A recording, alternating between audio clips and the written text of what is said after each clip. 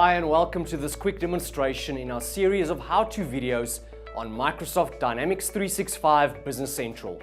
In this video, we'll show you how to manage your inventory or stock items in Dynamics 365 Business Central.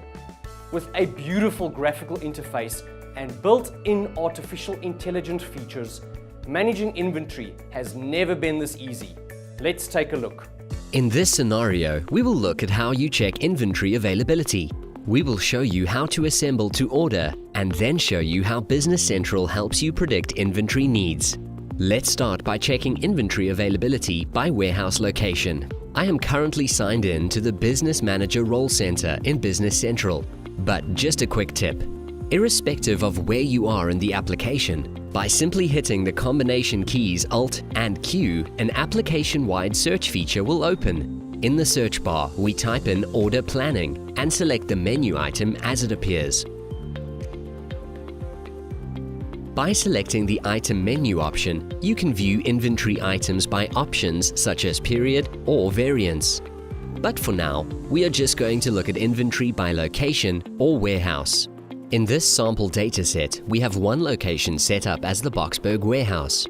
On that warehouse, we have a requirement of 10 inventory items, but 0 stock availability, thus showing a negative inventory balance. We are now going to generate a purchase order for this item against the vendor specified for that inventory item. If we click out of the screen, back to the Business Manager Role Center, we can scroll down into the ongoing purchase orders and see the items that have been ordered from that specific supplier or vendor. On inventory, we can also create a sales order for an assembly item. When we scroll down into our inventory item overview, you can see the beautiful graphical interface with pictures of all your inventory items. For this example, I am going to select the ladder. As you can see, the ladder is an assembly item made up of different items. If you scroll down, you can see the assembly policies to either assemble to order or assemble to inventory stock. I am going to return to the Role Center again by clicking on the company name, and from there we will create a sales order for a customer with the assembly items on that order. By clicking on the Sales Order tile, I can see the Open Sales Order, and in this case, we are looking at a sales order created for Bafana Enterprises. At this stage, we have enough stock on location 1, which is our Boksburg warehouse, to assemble one of these ladders. The quantity is currently 1. Let's add more and get 55 units, and quantity to assemble also 55. As soon as we do that, a warning pops up, notifying us that the quantity is not sufficient to cover the desired changes. By clicking Yes, we record that quantity.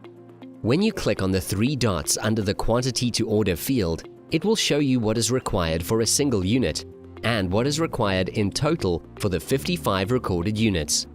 Back in the sales order for Bafana Enterprises, we can hit the Alt-Q combination keys to open up the search bar. Then, by typing in Assembly Order, we can open up that assembly order for the specific sales order. It will contain all the details from the required 55 quantity.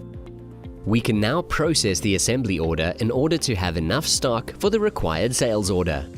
Thank you for watching. If you want to get going on Microsoft Dynamics 365 Business Central, reach out to us on email or via our website or on social media. Dynamics Africa has the largest channel of experienced Dynamics partners on the African continent. With decades worth of experience in a variety of industries, our partners has what it takes to get you up and running in no time.